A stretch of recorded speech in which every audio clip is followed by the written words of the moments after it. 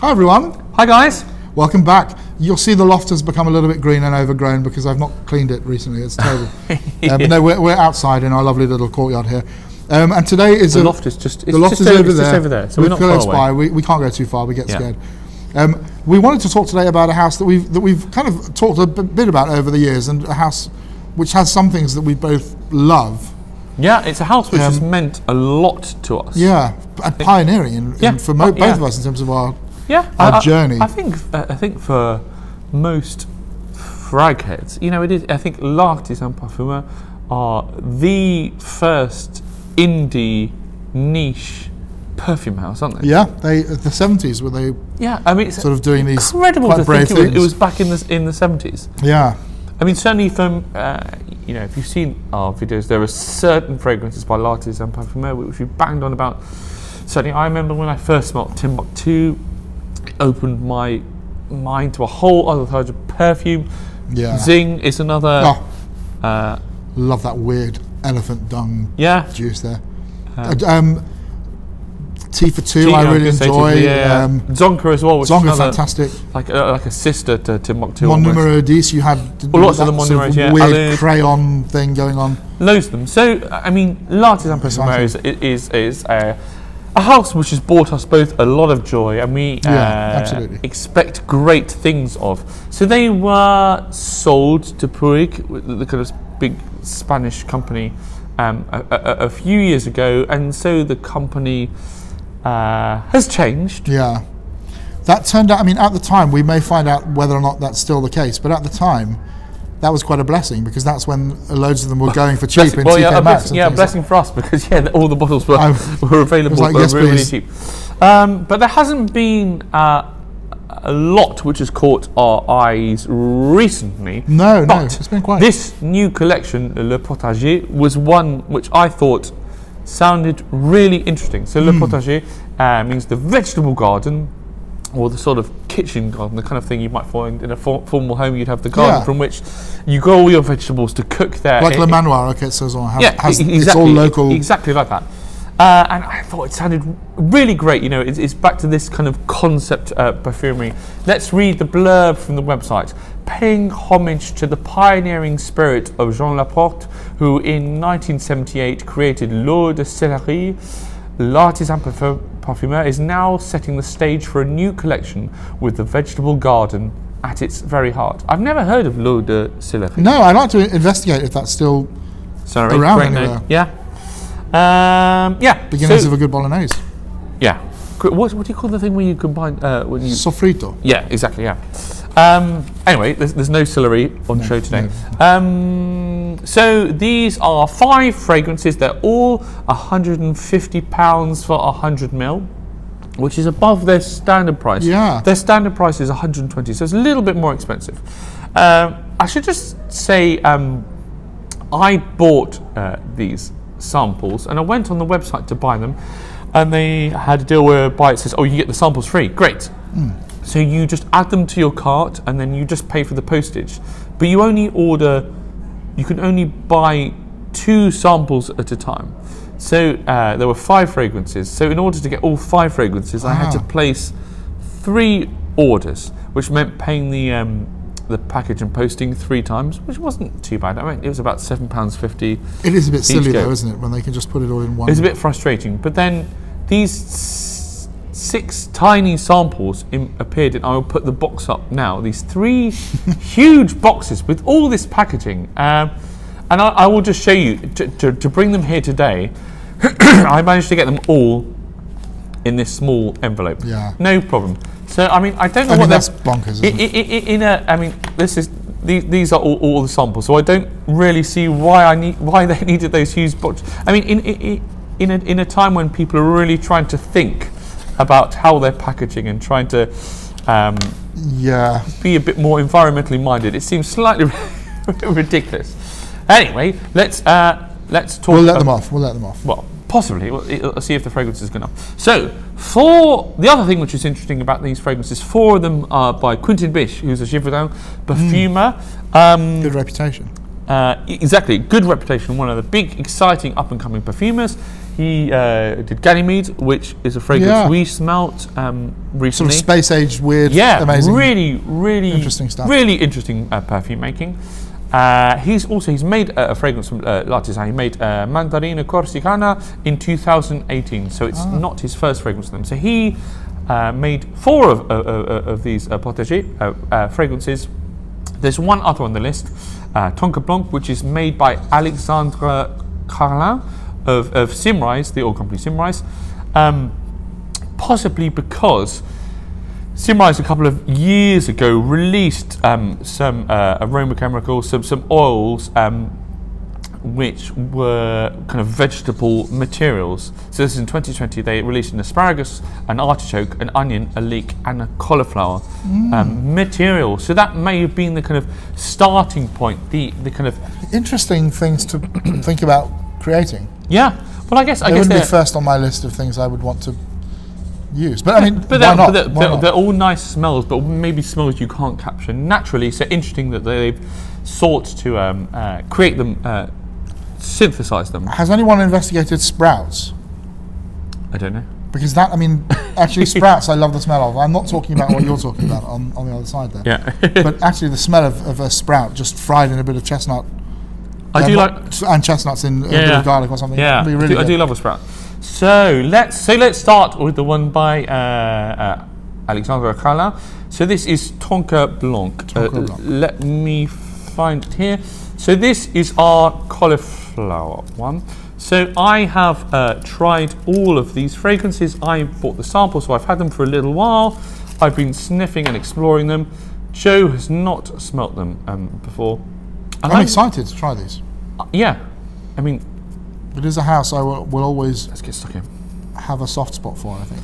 So this is, and I like the idea of cauliflower. There's the term petit chou-fleur, which is like a term of endearment in French. So I wonder if there's any connection. Yeah. I was quite almost shocked when I smelt this. I mean, there's not even the slightest hint. There is a boring citrus amber, I would describe this as. Yeah, I mean, that doesn't smell. I mean, it doesn't even smell of a garden or anything to do with a garden scene. Not even vaguely. I mean, having had that long-winded introduction, you smell this and you think, have I got the right thing? So it smells of this kind of ambrox, supery, ambery citrus thing. Yeah. I mean, I have to say that it's sort of perfectly pleasant and nice, but it's the kind I was geared up for something quite vegetal and interesting and out of left field a little bit. So it really smells of ambrox super to me, which is fine, and citrus, but I've smelled this before. Yeah, I've smelled it a million times, and this is definitely, for people, the kind of fragrances we talk about. If I picked this up in a shop, I would put it down immediately. I mean, Eugene off that channel, You Smells Good. I don't know if he watches us, but hi. This is the kind of fragrance where he would be naughty in the shop and take the cap off, the little sprayer, or he'd like vandalise it in some way just for fun, I think. Or Fragrance Enthusiast. What's his name? Apprentice. Fragrance Apprentice, yeah. There's a scene where he throws something in a big old fish tank in a field. Yeah, he's just like, throw that away. I mean, it's fine, but I've smelled this 100 times. It's quite shockingly generic and dull. Yeah, I mean, it may be fantastic quality ingredients on investigation. I don't know, but I've smelled that 1,000 times. Yeah, that doesn't speak to me in any way. And also, I mean, you don't get I was really quite shocked, and I thought, have I got the right thing? But yes, I did. I get the same feeling that I had when we smelt the MDCI perfumes that day. Yeah. Expecting great things, and one of them just smelled like a sort of fancy thing, and I thought, this house. So I tried this a couple of times on Warrior Skin. I never at any point got any cauliflower. So I did. I got my pages of notes here. I did about an hour or so in. I got this slightly chalky vegetal quality. slightly green, but I wouldn't. I would never have said cauliflower, even if even with the name already planted in my head, I couldn't have found cauliflower. No. I mean, see, I was going to say I need to try this on skin, but you've already tried it on skin and found it doesn't do anything either. And you're a very good benchmark for me. And so it's just so dull. Yeah, it's really dull. So dull. The name is Tonka Blanc, which I guess means kind of white tonka. Even the kind of tonkery coumarininess, I get a slightly creamy amber, but I don't really get a creamy coumarin. I do get some, as I said, there is a creamy quality, but I wouldn't have really picked out tonka or coumarin. There's a very, very, very, very, very, very faint rubber accord of some sort. Yeah, possibly. I can see rubberiness, yeah. Or like an oily pettigrain meets spilled diesel. Yeah, thing going on. I was just, yeah. I mean, that's, and it's not even a question of price. I mean, even if this was at half the price, personally speaking, I would not be excited by this. And I've been actually on the lookout recently for some nice citrusy, fresh, springy summer things. So I'm not in my usual place of it doesn't smell like poo. It's not acceptable. I think this is. But it just is. It just has that. It has that Ambroxy super kind of creamy amber, which is fine and pleasant, but it's just done so much. And when you see the name and the brief and the collection, I just think, what is this? Yeah, you could have done something. I mean, you could have done something really funky with a really dry, chalky iris cauliflower thing. Yeah. Give it a bit of spice or a bit of a hint of chili or something weird, Yeah. But then again, this is not the perfumer's fault. This is the brief. Yeah. That she's been given clearly to do something super approachable. As you will see when you go through, I don't think I went into this. Either. No, What's you don't. The Tonka thing? No, you don't really get tonka. And also, why if it's a cauliflower thing, are you calling it Tonka? Well, lots of these are paired with another material, and you'll see that kind of going through. There's an iris one, and there's a Vétiver one, and they are quite clear and quite apparent. Whereas I don't think that the Tonka is that clear with this. Should we move on to something a bit more positive? That leaves me blank. Let's put it there. Yeah, Tonka Blanc. Yeah. Sorry. No. So let's move on to Cédrat Céruse, which I think means kind of white cedrat. Yeah. So this is the fennel one. Now, fennel is interesting amongst these because fennel, or at least fennel seed, is something which you could have an essential oil of. Yeah. So it's as opposed to the other one, which have got to be synthesized. This is one which can occur naturally. And that's more interesting. Yes, and straight away, I do think you do think, especially having read fennel, you definitely get the kind of suggestion of fennel. There's a quite uplifting, bright, fresh greenness to this, isn't it? Yeah, that I have to say that takes me somewhere else straight away. Herbaceous, kind of quite classic cologne-y as well. Yeah, yeah. I got quite cucumbery quality. Yeah, yeah. I would totally agree. So if I just say my experience of wearing this, I got a cucumberiness, and I tell you what, I got a real hankering for a gin and tonic with a slice of cucumber in it. Oh, so much that nice. So I was testing this on the way home so much that I stopped off to get some tonic because I knew I didn't have any tonic water. So I stopped off to get some tonic so I could have a gin and tonic with cucumber in it when I got home. Well, I think there's a potential sponsorship deal here between these guys and Hendrix.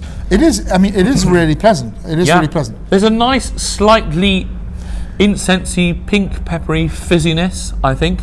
Yeah, definitely fizzy. I don't necessarily get a pink pepper vibe yet. I'm still in a quite lean green.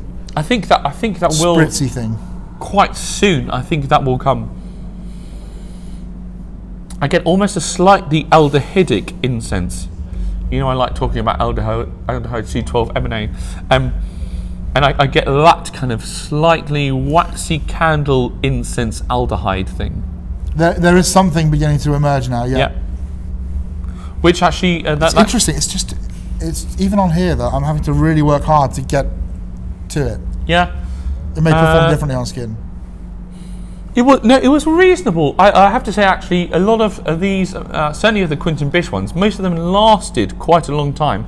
They weren't necessarily. There were some other ones which were bigger. This was a quite modest in terms of kind of size and projection. I like it though. It's quite There's happy something making, quite isn't different it? there. Yeah, I think that's very pleasant. I think if I walked up to you and smelt this on you, I don't know if I could have got fennel, but I would have said there's a kind of green, cucumbery, fresh, slightly herbaceous. I mean, if there was any hint of fennel, it was in the very opening burst. Yeah. And it goes away. Do you not get that slight pink peppery, slightly aldehydic pink pepper? I'm getting something more slightly waxy and definitely a waxy. I'm getting like a warmth, even though the opening for me is quite cold and bracing. Now I'm getting a little warm glow just beginning to emerge. Yeah, I almost got this. Slightly honeyed. I've written almost ozonic or even aquatic. Do you get that slight aquatic feel? It doesn't go all the way there, but it definitely has a hint. Absolutely. I think maybe you were saying the kind of cologne kind of quality to it. Yeah, and it's not. I understand just in terms of the herbaceousness of it. It's not, necessarily kind of a citrusy cologne, but the herbaceousness. Yeah. Slightly sort of a little bouquet garni in the background. I don't know if I get kind of rosemary and things like that, but there were some of those. It's definitely the lighter, more friendly herbs, isn't it? Yeah. I mean, I certainly preferred this to the Tonka Blanc. It was quite. I've written very happy making, a bit dull. Yeah, I mean, again, I have smelt things like this before. It doesn't sort of. I mean, for example, not the same thing, but anything that can transport me to a garden somewhere, I've smelt before, like Jardin de Nil, that sort of what. This is different altogether. But the fragrance I thought a little bit was Pegwell Bay with that amazingly uplifting aniseed. Yeah, but see, that's bursting with personality. Yeah, exactly.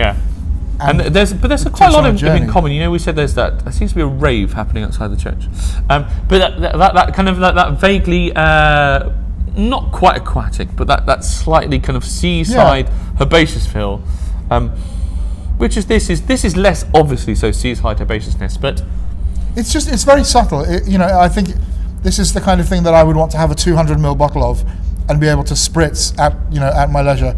Although I get the impression that there is something here on skin that's probably a little bit more persistent, and maybe overspraying something like this. Yeah, I mean, may not be a good idea. When I wore it on skin, it didn't feel like a big fragrance, but it did last well. I think all of the Quinton Bish fragrances did last well. So if you are someone for whom those things are really important, yeah, I like it. I think, speaking personally, I think I weigh too much to wear this fragrance. You know what I mean? I think it's too light and ephemeral in a way. You want something a bit kind of uplifting like that, don't you? But they still have to be quite punchy for me. Right. Okay. Should we move on? Just because of pure surface area. Something which I do think is a little bit more punchy. Oh, sorry, we're making the camera wobble a bit. Sorry, that was me.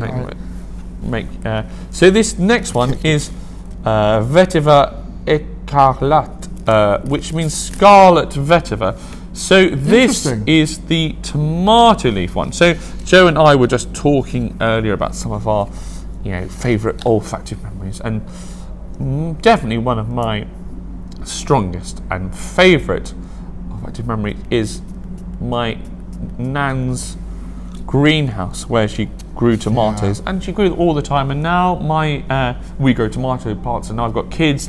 They help watering them, and just the smell of tomato plants is just—it's fantastic. The best smell ever. As well, yeah. And there are a few people that have tried to do this kind of like tomato leafy things. I quite liked it. Do you remember St. Clair scents? She did Pandora and Eve. Yeah. And there was just that bit of tomato leaf just nestled in there. I enjoyed that. I remember. Anyway, here you go. This is the Vétiver Écarlate, so scarlet vetiver. Oh, that's interesting. Can I say something to you? Please. Rhubarb. I was going to say rhubarb. Rhubarb all the way. So we see that we see vetiver. We see. Sorry about that. That really isn't. We see vetiver. We see tomato leaf, but the thing you get is rhubarb, 100%. It's a big, sort of slightly smoky rhubarb. I've smelled a few things that are in this department in terms of the tomato leaf, rhubarb, grapefruit. Yeah, grapefruit. Mash up. So I meant to bring something which is styrolyl acetate, which is a material which is this kind of metallic green rhubarby smell. Oh, okay. And it almost has the kind of hint of kind of rhubarby sweets as well. And I think there is a lot of that here. It's very lean, isn't it? It's sharp. Very sharp edge. I would say actually sharp. But I mean, lean in terms of it's slim. Yeah, but it's I would almost thing. kind of like it's like a samurai blade. Yeah. I also get quite silvery to me. I get a metallic. I think I would say there's a slight metallic kind of edginess, and this is where I was starting to, as I smelt them more and more, get this feel that not all. They don't seem to be literal depictions of the vegetables. They seem to be slightly more abstract. Yeah, I mean, I can see a sort of a reference to a tomato. I mean, I plant don't here, but I'm getting more of a vetiver grapefruit rhubarb. Yeah, the vetiver is coming through. Yeah, quite so nicely. the vetiver, the vetiver starts to become very prominent, and the most natural thing we've smelt so far.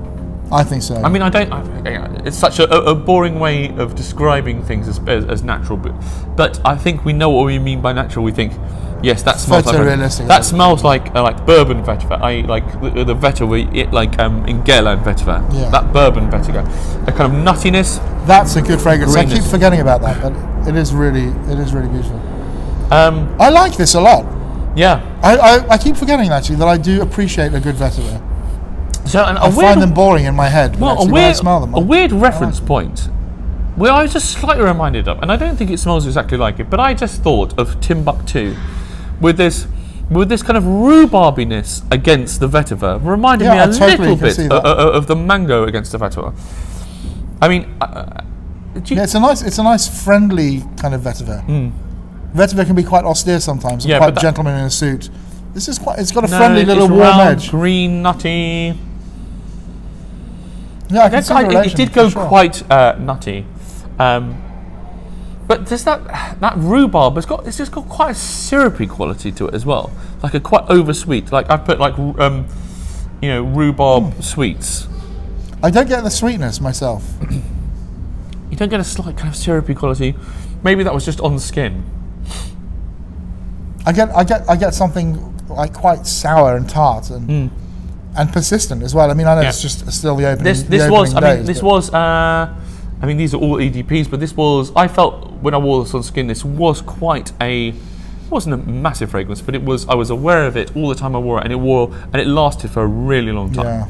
Yeah, there's a persistence even on here. Yeah. The notes are not vying for attention; they're just sort of sitting and going, "Okay, I'm here with you for a while." I can tell. But I put overall a synthetic rhubarb with a pleasant vetiver development later on. Yeah. So if you are, it's very nice. But if like me, you were hoping for tomato leaf, I don't think there's any way you could smell that and think tomato leaf. If you plant the name in my head, I'll get a little hint of it. But I mean, if you smell, even in terms of candles, if you smell, there's a Joe Malone tomato leaf candle, and it's a really, really strong tomato leaf, and it's a very different thing. I can see the little nod to it. I think it's a little subtle nod, and they've obviously decided not to go too heavy. It's just what is weird is I feel that this rhubarb quality is so strong. I think it's very nice though. I wouldn't buy it personally. No. I have to say. I didn't know. I think this was probably my favourite because I like the vetiver. There's a little hint of something meaty, just like a little sort of Parma ham or something. I don't know. It sounds really weird, but there's just a warmth. I think on skin, I can imagine that going in a slightly meaty direction. Well, it's weird on skin. I thought I got a little bit more of this metallic quality and a little bit more. It felt a little bit syrupy on me, a little bit sweet syrupy. More so than on card. Interesting. But yeah, definitely got the most personality so far. Yes. Although I have to say that's not saying much. They're all perfectly pleasant so far and great. But oh no, torn my strip. Maybe we expect too much. Well, are we? But yeah, are we backing ourselves into a corner where? Yeah, but then I don't know. But that's But Timbuktu was one of the first things we smelled. Yeah, before we also, developed, and that was amazing. So and the house of not just the fragrances we've mentioned. You know, this house have done a lot of great fragrances over the year. They have. Like Traverse the Bosphorus. Like great fragrance. And I tried that Vanille Absolument the other day. Oh, that's really amazing. Good. That's so good. Bitter and serious and almost animalic. So this is the Iris de Gris, which is pea. Okay, I love a pea. Mushy, split, frozen.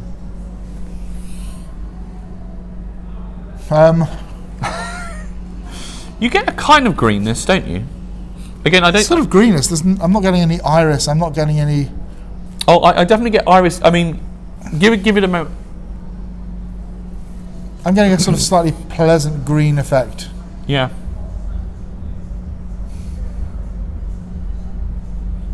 If you scrubbed all of the green colouring off jelly beans that were green.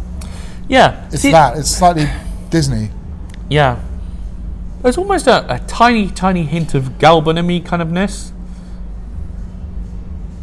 It reminded me, so I think the greenness in here definitely, as you said, feels like a synthetic.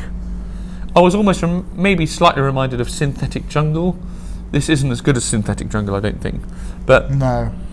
But there's a kind of plasticiness. I really don't like that. I'm sorry. I find that green slightly manufactured, and for something that's purporting to be in, I'm not talking about naturals, but I'm talking about something that's of nature. Yeah, it doesn't. And gardens and peas. That's coming back to I don't believe that they were going for a natural representation of things. It's got to be that they were thinking more abstract. But it's just weird when you kind of look at the packaging and it looks so kind of trad, or you're going to smell like you're in a nice garden. I find it very mixed messages. The sort of note of pea, but then not really having anything naturalistic in the smell. Then the actual name of the perfume being something else again, and not really quite smelling of that all that much either. So I did when I wore it on skin, I definitely got a kind of irisy-ness, but it wasn't like a kind of blue iris. It was more of a kind of iris root, but it wasn't a kind of lipsticky iris butter. It was almost like a grey, powdery. Well, yeah. I tell you what, I put in cardboardy or ashy. I got a kind of an ashy thing. I can see what you mean by that. Yeah. This smells like the colour of cardboard. It doesn't smell like cardboard, but that kind of grey manufacturedness. For me, I just don't get the balance of one thing to another. I don't like the green tartness that's there. I don't get that balanced with a roundness or a hint of sweetness or anything. No. I just find it just sits. I'm not a fan. I'll wear it on skin. No, before anyone says you must wear them on skin, I will wear them on skin. So I did wear them on skin, and I think on skin I got more of the irisiness, which I'm not really smelling off of this. But it was, as I said, it was more of a kind of powdery root without feeling I got the kind of richness of orris butter at all. I got this ashy cardboardy quality, and it was kind of reminded me of, in cabochard, there's almost a kind of ashy green leatheriness. Yeah. It's kind of like a rubbish version of that. But cabochard costs £20 and it's amazing, and this costs £150 and it's rubbish. So, I mean, no disrespect to Quentin, not for me. No, and I kind of like, could kind of see if this was going for this kind of super abstract, but it's so weird with the whole aesthetic of all of these, which looks so trad. They look like English National Trust. Yeah, that kind of thing. Nothing's matching up for me, but it's not in a way that surprises me and intrigues me and makes me go, oh, this is a really different take. It's just not adding up in a way that leaves me confused and slightly disinterested. Right, should try the last one. Iris de Poo. So this is a Musc Amarante, which means a kind of reddish musk, I think. I get grumpy. I was telling Dan, I get grumpy in my old age. I feel quite grumpy after smelling that. Just because it hasn't moved me in any way, and I think, oh. I think also because it's because of the company and you've set yourself up. So this is, you know, on the website it says it's straight from Quentin Bish's childhood. This smell of beetroot. Beetroot, such a distinctive colour, taste, smell. I do like beetroot a lot, and especially with some nice horseradish, potato, mackerel on the side, something like that. I think that's interesting. I prefer this. This is that's beetroot. Yeah, it's very earthy, isn't it? It's very dry. It's a slight petrichor. Yeah, very petrichor. Nod. Yeah, bit, you know, you get the feeling of something thing. Yeah, and I feel straight away you get musk. I feel musk has almost come as a top note. Yeah. Very rare, isn't it? I mean, do you know, there was a Molten Brown fragrance years ago, you know when they had them in those slightly square bottles? Yeah, kind of slightly blingy. Yeah. And I can't remember which one it was, but there was one, it was like a Canadian one, and maybe we can find it. Yeah. I get a little nod towards that. There was something in that, I can't remember. It will come to me. But but I like that. I think that's interesting, isn't it? Yeah. But do you see, I feel you get both musk and mustiness as a top note. Yeah. But definitely this kind of the feeling of, you know, when you pull a root vegetable out and it like you're sitting on the worktop or something. There's this kind of musky mustiness. Yeah. Do you know? I feel almost like this is slightly more irisy than the last one. Not iris, but in terms of that slightly chalky. Oh, I did chalky vegetable carroty thing. Carrot seedy, maybe. Yeah, there's maybe a slight carrot seediness to it. I also get. I don't know if you start to get, but it's metallic quality, which a little bit, yeah. So a slightly troubling quality of being in a hospital or something. Smell. And because the first smell seemed quite natural, but I feel again we've gone away from that natural smell. Yeah, it doesn't last very long in terms of that initial burst of petrichor. No, it's settling sort of like a slight sweet cardboardy thing again. Yeah, and I got metallic. Yeah, definitely. I definitely got this metallic feel again, and then I started to get this kind of permanent marker thing. Oh, interesting. And the more I kind of smelt it, the more things outside of beetroot I started to smell. I felt, and when I wore it on skin, this was definitely the biggest fragrance of all of them. This was quite substantial, and it was really quite long lasting. Yeah, I can see that. It already has enough body that you can tell it's going to take you on a bit of a journey. But here I've written, so I really felt this metallic quality lasted ages, and it's almost like being punched in the nose. Oh, really? Like almost blood. I'll need to try that on skin. I'm getting like a very slight incensey. Yes, yeah, definitely, yeah.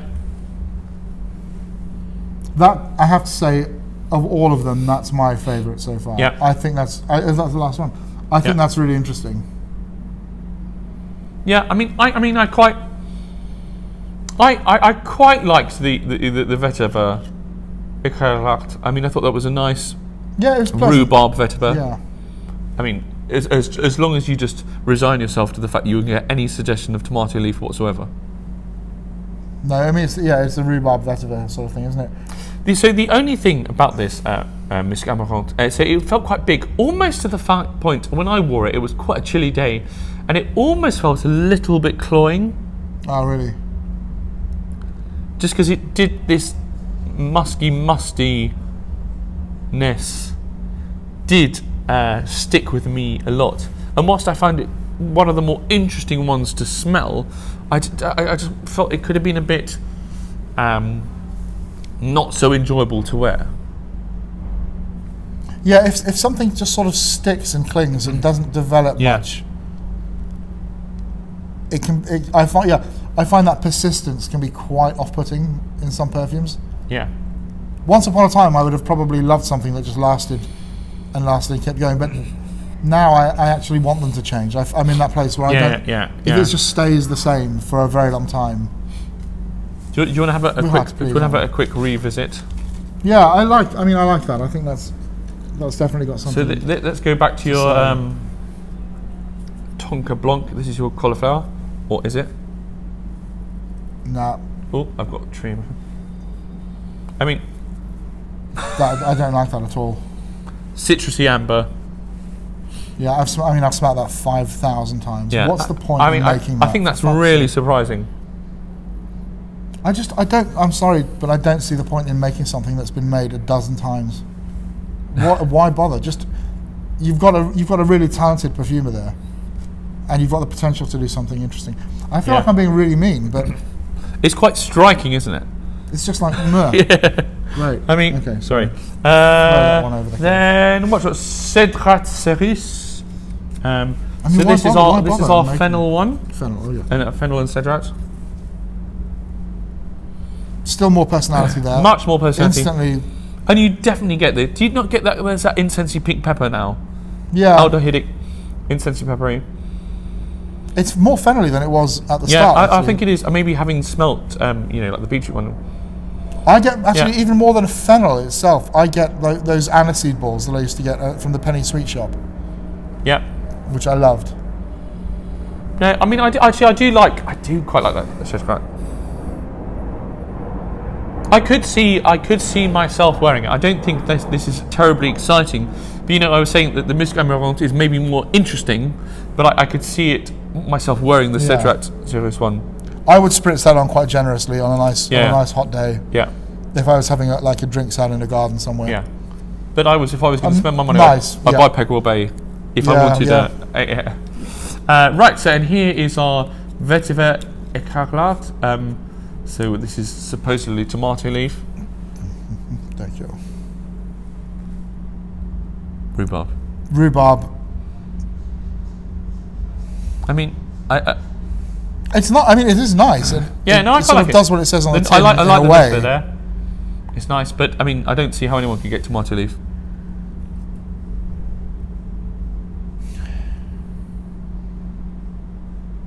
I've smelt quite a few fragrances like this as well. Yeah, I mean, some of them go into a kind of cannabis-y direction. Yeah, but I have smelt quite a few rhubarby grapefruit. It's certainly smells something like what is it? Is it East India from Beaufort?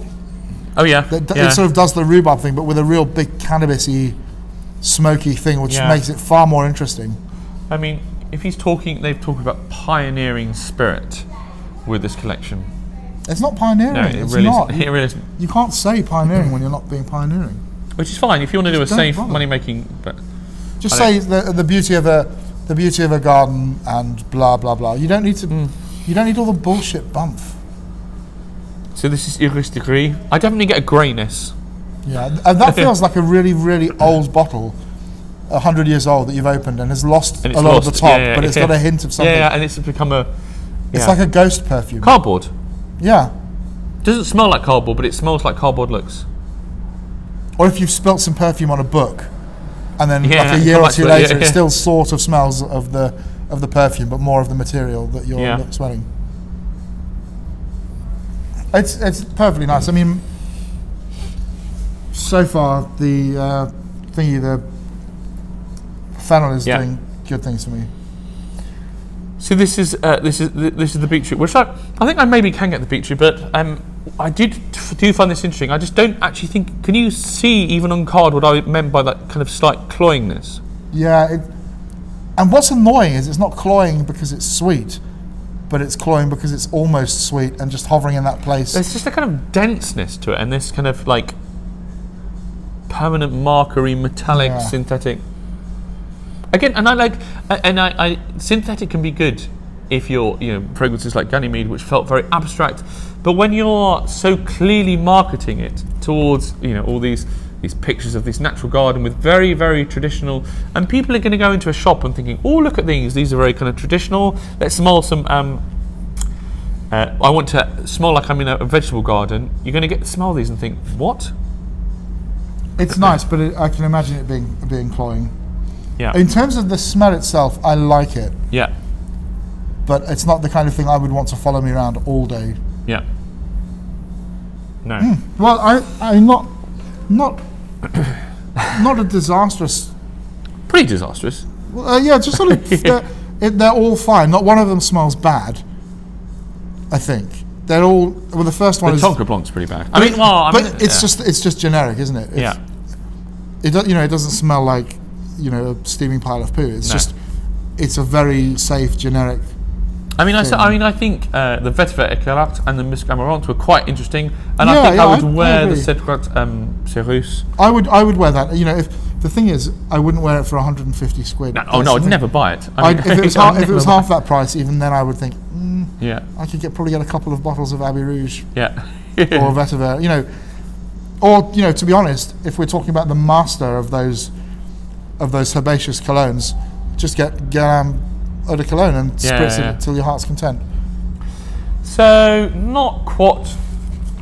they haven't quite lived up to our high expectations, have they? No. It's a shame because actually, I have to say, after recently smelling lots of them again, it is a shame where the direction some of them, the pre-existing perfumes have already gone. I remember the first time I smelled Timbuktu after it had been... In the black bottle. In the black bottle. It didn't bring a tear to your eye. Yeah, it just didn't smell like Timbuktu. I mean, to the point where I felt like marching it up to the counter and saying, what the fuck is this? I really should carry perfume in my bag at all times and just whip it out and say, look, this is what it's meant to smell like. Because the staff can't bullshit you then. They can't say, oh, well, your nose is faulty. A shame because it's a great house, isn't it? With a lot of good good history.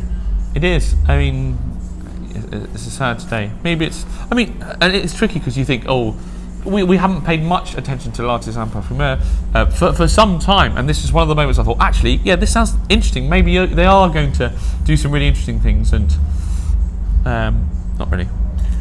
This is. I mean, I have to say, this is the trouble when some of these houses get bought by these massive groups, and safety and accessibility is key above art and above interest. And I'm not saying they're badly made or anything. But they're kind of like meh. But also, if we say, okay, they're not for like fragrance enthusiasts like us, but maybe they are for people who go and say, oh look, peas, I love the smell of peas. It's got this very traditional picture. Yeah. Am I going to smell like a traditional garden? No. They're going to be disappointed as well. Like I said, everyone is going to be confused. The people that go for that approach will be left confused. The people that go for the title are going to be confused. People that are a little bit more knowledgeable about perfume and will say, musk or vetiver, I know those notes. They're going to be left a little bit confused. And then the enthusiasts who don't care about the title or the brief, but just want to smell them and see what they've done and creativity, they're going to be disappointed as well. Yeah. So who's left at the end of that collection? Don't know. Oh well, onwards and upwards. Yeah, we'll just have to. You might completely disagree with us if you've. And that's good. That's great. Yeah, I mean, maybe it's just we're, cantankerous, miserable. Old. Yeah, we're just old fuckers. Yeah. But we're being honest, and in fact, like we said before, we're not really. We tend not to be reviewers. We just talk about perfume that we love. But once in a while, we're not trying to be objective. No, we pull these out because we think that we might find them interesting. And I was really excited. I kept saying to her, I want to get these. Yeah, I remember. Yeah. Then I got all these millions of massive boxes turning up at my house full of absolutely gash perfume. Did you think they'd sent you full bottles? No, because I could feel how bloody light they were. Oh, that's massive boxes with nothing in them. Anyway. Hey ho. Until next time. Bye. Happy sniffing.